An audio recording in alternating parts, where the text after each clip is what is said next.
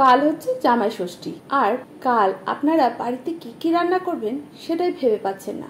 একবার ভাবছেন এটা করি, তো একবার ভাবছেন ওটা করি, কিন্তু গরমের জন্য ইচ্ছে থাকলেও মনে হচ্ছে না যে সবটা করে উঠতে পারি। তবে অনেকের জামাই আছেন যারা বিরিয়ানি খেতে খুব পছন্দ করে, আবার বিরিয়ানিটা একটু সময় সাপেক্ষ। কিভাবে তৈরি করবেন এই গরমের মধ্যে তাড়াতাড়ি বিরিয়ানি আর টেস্টিও? বাজার থেকে কিনবেন ভাবছেন? বাজারের খাবার কি সত্যি খুব ভালো হয়? সেটা কি স্বাস্থ্যসম্মত এবং বাড়ির খাবারের মতো উপযুক্ত হয়? একটু ভেবে দেখবেন।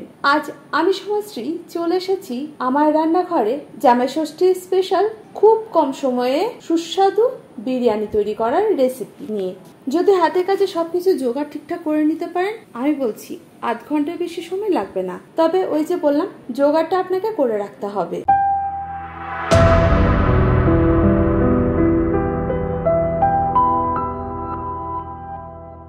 এবার বলি এই বিরিয়ানিটা কিভাবে বানাবেন। প্রথমে বলি চিকেন বিরিয়ানির জন্য চাল যেটা নেবেন বাসমতি চাল, কিন্তু দেখে নেবেন চালটা পুরনো কিনা।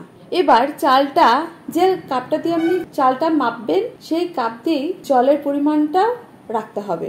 এবার বলি চাল আমি এখানে নিয়েছি 6.5 কাপ। এবার চালটাকে ভালোভাবে ধুয়ে 1 থেকে 1.5 ঘন্টা মতো জলে ভিজিয়ে রেখে দিতে হবে। এটা হচ্ছে প্রথম পদ্ধতি, আর এটা একটা টিপস। এবার চিকেনটাকে ম্যারিনেট করতে হবে। ম্যারিনেট করার জন্য আগে চিকেনটাকে ভালোভাবে ধুয়ে নিতে হবে আর সম্পূর্ণভাবে জল ঝরিয়ে নিতে হবে। এই চিকেনটার মধ্যে জল যেন না থাকে। এটার জন্য একটা মশলা পেস্ট তৈরি করে নিতে হবে। এই মশলার জন্য নিয়েছি 3টে পেঁয়াজ, স্বাদ অনুযায়ী কাঁচা লঙ্কা, 1 ইঞ্চির মতো আদা আর 20 থেকে 25টা মতো রসুন। এবার এটাকে জল ছাড়া পেস্ট করে নিতে হবে। এবার ওই চিকেনটার মধ্যে দিয়ে দিতে হবে স্বাদ অনুযায়ী নুন, 1/2 চা চামচ হলুদ গুঁড়ো, 2 টেবিল চামচ সর্ষের তেল, 1/2 কাপের থেকে একটু কম টক দই, আর যেটা মশলা করেছিলাম পেস্টটা, সেই পেস্টটা দিয়ে দিতে হবে। এবার এই মাংসটাকে ম্যারিনেট করে রেখে দিতে হবে। খুব ভালোভাবে মাখাতে হবে, কিন্তু মাংসটাও প্রায় 1 থেকে 1.5 ঘন্টা মতো রেখে দিতে হবে ম্যারিনেট করে। আমি যেহেতু বিরিয়ানির মধ্যে আলু দেব, তাই আলুটাকেও আমি কেটে নিয়েছি বেশ বড় বড় সাইজ করে। আর আলুর মধ্যেও দিয়ে দিয়েছি নুন, 1/2 চা চামচের মতো কাশ্মীরি লঙ্কা ব্যবহার করেছি, আর 1/2 চা চামচের মতো হলুদ গুঁড়ো দিয়েছি। এবার এটাকেও ম্যারিনেট করে রেখে দিয়েছি। ততক্ষণে আপনারা অন্য যে কোনো রান্না সেরে ফেলতে পারেন, জামাই ষষ্ঠী বলে কথা। এবার 1.5 ঘন্টার পর আমি একটা কড়াইতে তেল গরম করে নিয়েছি। এখানে প্রায় 1/4 কাপের মতো সরষের তেল ব্যবহার করেছি। তেল গরম হয়ে গেলে আমি 6টা মিডিয়াম সাইজের পেঁয়াজ কুচি করে বেরেস্তা বানিয়ে নেব। পেঁয়াজ ভাজার সময় এখানে নুন দেওয়ার প্রয়োজন নেই, কেন এটাকে আমি বেরেস্তা বানাবো বেশ কিছুটা, সেটা বিরিয়ানিতে দেবো আর কিছুটা এই মাংসের রান্না হয়ে যাবে। পেঁয়াজ যখন বেশ ভালোভাবে ভাজা হয়ে গেছে বেরেস্তার মতো, সেটাকে তুলে নিয়েছি বেশ কিছুটা। এবার ওই তুলে নেওয়া পেঁয়াজের মধ্যেই ফোড়ন হিসেবে দিয়ে দিয়েছি ওই তেলে 2টো তেজপাতা, দারুচিনি, লবঙ্গ, এলাচ, এখানে মোটামুটি 6 থেকে 7টা মতো দিয়েছি, আর গোলমরিচ সেটা 6-7টা মতো। ফোড়ন থেকে যখন সুন্দর গন্ধ বের হয়েছে তখন দিয়ে দিয়েছি ম্যারিনেট করা আলু। আলুটাকে এখানে বেশ কিছুক্ষণ ভেজে নেব। আলু যতক্ষণে ভাজা হচ্ছে ততক্ষণে দেখিনি চালটা দেখুন কতটা ফুলে উঠেছে। এই পর্যায়ে চালটাকে জল ঝরিয়ে নিতে হবে। আর এদিকে আলু ভাজা হয়ে গেলে দিয়ে দিতে হবে ম্যারিনেট করা চিকেনটাকে কষাতে হবে বেশ ভালোভাবে, কিন্তু জল দেওয়া একেবারেই যাবে না। চিকেন কষানোর সময় দিতে হবে জিরে 1 টেবিল চামচ, ধনে 1 টেবিল চামচ, 1 চা চামচ চিনি, বিরিয়ানি মশলা যেটা আমি 2 টেবিল চামচ মতো ব্যবহার করেছি। এই সমস্ত উপকরণ মাংসের সাথে ভালোভাবে মেশাতে হবে আর কষাতেও হবে। মাঝে মাঝে ঢাকা দিয়ে দিতে হবে, আর মাঝে মাঝে ঢাকা খুলে এটাকে নাড়াচাড়াও করতে হবে।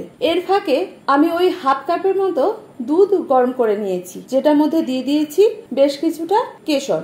এটা বিরিয়ানির সুন্দর একটা কালার তৈরি করবে। যেহেতু বাড়ির তৈরি বিরিয়ানি, তাই কোনো ফুড কালার ব্যবহার করা যাবে না। এবার এটাকে ঢাকা দিয়ে রেখে দিয়েছি। এদিকে দেখুন মাংস থেকে আস্তে আস্তে তেল বেরিয়ে আসছে আর জলও বেশ কিছুটা ছেড়ে দিয়েছে। মাংসটা যখন 60 থেকে 70% সিদ্ধ হয়ে যাবে, সেই পর্যায়ে ঢাকা খুলে যোগ করতে হবে 1/2 টেবিল চামচের মতো গুঁড়ো গরম মশলা। এই গরম মশলাটাকে ভালোভাবে মাংসের সাথে মিশিয়ে নিতে হবে। এরপর আঁচ বন্ধ করে দিতে হবে। এইবার আমি বিরিয়ানিটা তৈরি করব প্রেসার কুকারে, তাই প্রেসার কুকারটা ভালোভাবে গরম করে নিতে হবে। প্রেসার কুকার গরম হয়ে গেলে যোগ করতে হবে 2 থেকে 3 টেবিল চামচ সাদা তেল। সাদা তেলটাকে গরম করে নিতে হবে। গরম করে নেওয়ার পরে প্রেসার কুকারের চারিদিকে তেলটাকে ব্রাশ করে দিতে হবে। আর এই তেলটা দেওয়ার ফলে বিরিয়ানি প্রেসার কুকারের গায়ে আটকে যাবে না, ঝরঝরেও হবে। এটা একটা টিপস। প্রেসার কুকার গরম থাকতে থাকতেই আমাদের বিরিয়ানি বেসটাকে তৈরি করে নিতে হবে। প্রেসার কুকার সাইডে রেখে আমি বিরিয়ানির জন্য যে পরিমাণ জল লাগবে সেটাকে বসিয়ে দিয়েছি। হ্যাঁ, জলটাকে গরম করতে দিতে হবে, আর গরম জলই বিরিয়ানিতে ব্যবহার করতে হবে। এবার দেখুন, আমি প্রেসার কুকারে প্রথমে দিয়েছি আলু আর মাংস, কোনো গ্রেভি এখানে দেবেন না। এরপরে দিতে হবে জল ঝরানো চাল। চাল দিয়ে দেওয়ার পরে একে একে দিতে হবে বেরেস্তা। এরপর যোগ করতে হবে হাফ কাপ কেশর ভেজানো দুধটাকে। দুধ দেওয়া হয়ে গেলে দিতে হবে যে কাপে আমি মেপেছিলাম চাল, সেই কাপেরই 2 কাপ গ্রেভি। যদি বিরিয়ানিটাকে আপনারা আরো মশলাদার খেতে চান তাহলে পুরো গ্রেভিটাকেই দিয়ে দিতে পারেন, কিন্তু সেটাও মেপে দিতে হবে। সেক্ষেত্রে জলের পরিমাণটা কম হবে। মানে আমি 6.5 কাপ চাল দিয়েছিলাম, আমি 6.5 কাপ গ্রেভি, জল আর দুধ মিলিয়ে দেব। এবার দিয়েছি 2 থেকে 3 টেবিল চামচ ঘি। আমি 2 টেবিল চামচ দিয়েছি কেওড়া জল। যদি গরমে কেওড়া জল খেতে ইচ্ছে না করে তাহলে স্কিপ করে যাবেন। স্বাদ অনুযায়ী নুন। আর দিয়েছি 6 থেকে 7 ড্রপ আতর। এগুলো অপশনাল। এবার সমস্ত কিছু দেওয়ার পরে প্রেসার কুকারটাকে একটু ঝাঁকিয়ে নিয়েছি। দেখুন চাল জল সমান সমান লেভেলে এসেছে। যদি আপনাদের সমান সমান না হয় চিন্তা করবেন না, যে কাপে মাপবেন চাল সেই কাপে জল দিতে হবে। এটা কিন্তু আরেকটা টিপস। আমি বলেছি এই বিরিয়ানিটা খুব সহজ হবে, কিন্তু কিছু টিপস মাথায় রাখতে হবে। এবার প্রেসার কুকারটাকে ঢাকনা আটকে ফুল আঁচে একটা সিটি দিতে হবে। একটা সিটি পড়ে গেলে আঁচ বন্ধ করে দিতে হবে, আর কোনোভাবে আঁচ যেন মিডিয়ামে না থাকে। ফুল আঁচে একটা সিটি দিয়ে দেবেন এবং সেটাকে ঠান্ডা হতে দেবেন। তারপরে প্রেসার কুকার খুলে এটা বড় পাত্রে ঢেলে নিন। দেখুন আমিও তাই করেছি, আর বিরিয়ানিটা কত ঝরঝরে হয়েছে। টেস্টের কথা তো ছেড়ে দিলাম, সেটা আপনারা নিজেরা তৈরি করে আমাকে জানাবেন।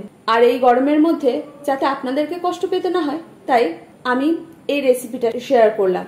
আপনারা যারা তৈরি করবেন তারা অবশ্যই আমাকে ছবি সহ কমেন্ট করবেন। যারা ছবি সহ কমেন্ট করবেন তাদের প্রত্যেকের নাম আমি পরবর্তী ভিডিওতে নেব, আমি কথা দিচ্ছি। তবে তার আগে আমার ইউটিউব চ্যানেলটাকে সাবস্ক্রাইব করবেন। ফেসবুক থেকে দেখে থাকলে পেজটাকে ফলো করবেন। আশা করি নিরাশ হবেন না।